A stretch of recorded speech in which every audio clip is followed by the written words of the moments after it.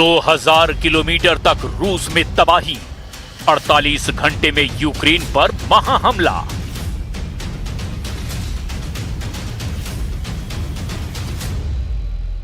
रूस और यूक्रेन 4 साल 4 महीने से ज्यादा की जंग में इस वक्त सबसे खूनी हमले एक दूसरे पर कर रहे हैं।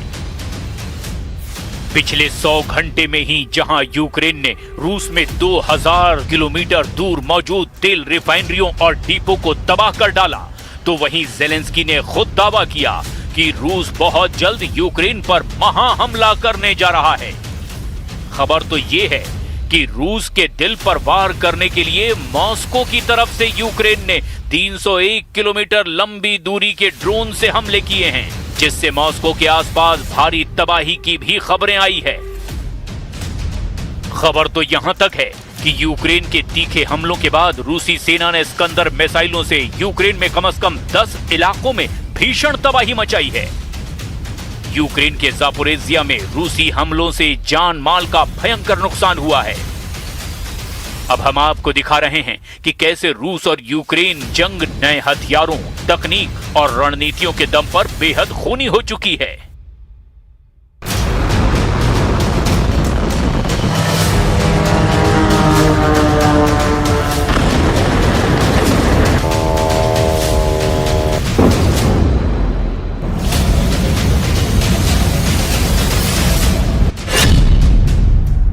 जला डाला Zaporizhzhia, Moscow to Crimea 300 drone हमले।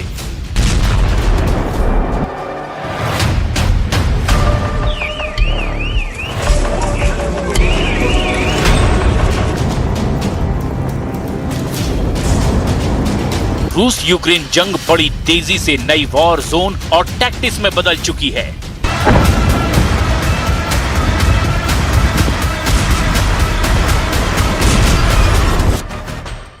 इस समय युद्ध का केंद्र डॉनबास से कुछ हद तक के हटकर क्रीमिया, लॉजिस्टिक्स, ईंधन नेटवर्क और ड्रोन युद्ध बन गया है।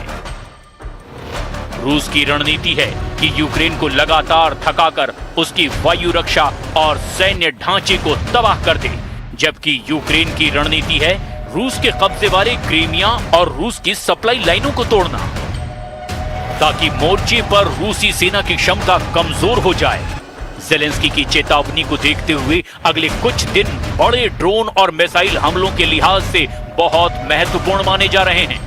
हालांकि बड़ा हमला कितना बड़ा होगा ये साफ नहीं है, लेकिन जो हमले पिछले 24 घंटे में हुए उन्हें भी जान लीजिए।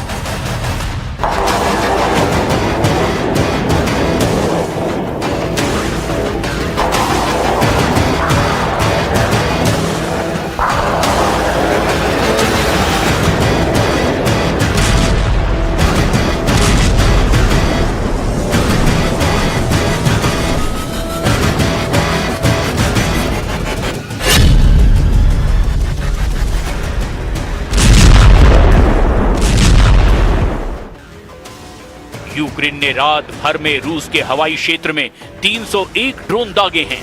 मॉस्को के मेयर सर्गेई सोबियानिन ने साफ तौर पर कहा, अकेले मॉस्को की तरफ बढ़ रहे करीब 60 ड्रोनों को मार गिराया गया है।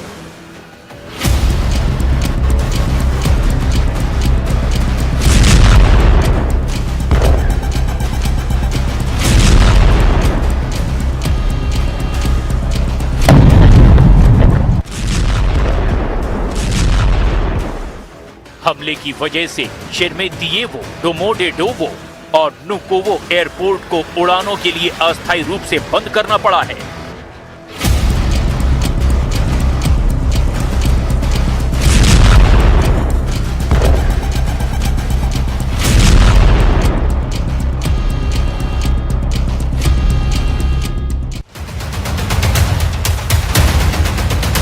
रूस ने इस बार ज़ापोरिज़िया शहर पर भारी मात्रा में गाइडेड एरियल बमों से हमला किया है।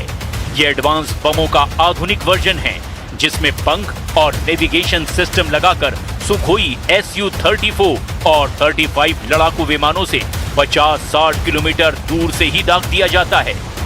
राष्ट्रपति व्लादिमीर जेलेंस्की के आधिकारिक बयान के मुताबिक 20 से 21 जून के दरमियान हुए इन बम धमाकों में 5 नागरिकों की मौत हो गई है और बच्चों समेत 26 से ज्यादा लोग गंभीर रूप से घायल हुए हैं। इसके अलावा कई आवासीय इमारतें और नागरिक बुनियादी ढांचे जमींदोज हो गए हैं। रूस जापोरेजिया के यूक्रेनी नियंत्रण वाले हिस्से को डराकर खाली कराना चाहता है। वो इन भारी गाइडेड बमों का इस्तेमाल यूक्रेनी एयर डिफेंस की पहुंच से बाहर रहकर कर रहा है, जिससे यूक्रेन के लिए इन्हें इंटरसेप्ट करना बेहद मुश्किल हो रहा है।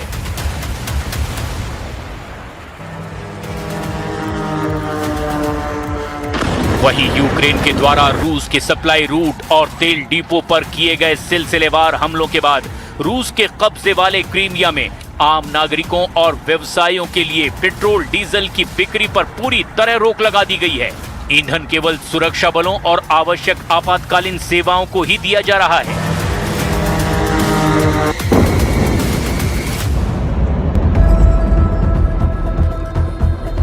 रूस ने यूक्रेन के दक्षिणी बंदरगाह शहर ओडेशा के एक कृषि और ईंधन भंडारण केंद्र पर स्कंदर बैलिस्टिक मिसाइल से हमला किया है, जिससे वहां भीषण आग लग गई। इसमें एक नागरिक की मौत हुई, कई लोग इसमें घायल हुए।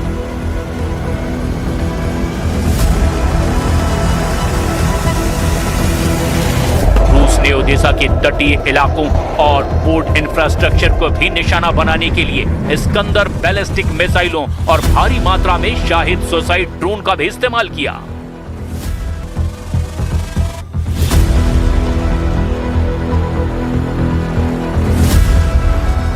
यूक्रेनी जनरल स्टाफ की रिपोर्ट के मुताबिक फ्रंट लाइन पर पिछले 24 घंटों में रिकॉर्ड 246 भीषण जमीनी झड़पें हुई हैं।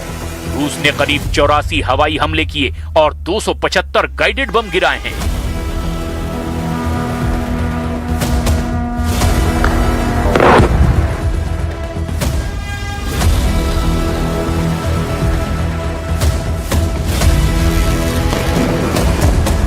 Наразі штурми відбуваються активно, майже через буквально кожні 2-3 дня, але незважаючи на їхні спроби, а також заяви російської сторони про те, що мала Токмачка окупована або частково. Є також за що подякувати нашим воїнам, зокрема воїнам сил спеціальних операцій Збройних сил України. Наші далекобійні санкції досягли Тюменського регіону в Росії. Це теж нафтопереробка, майже більше 2000 кілометрів від нашого державного кордону.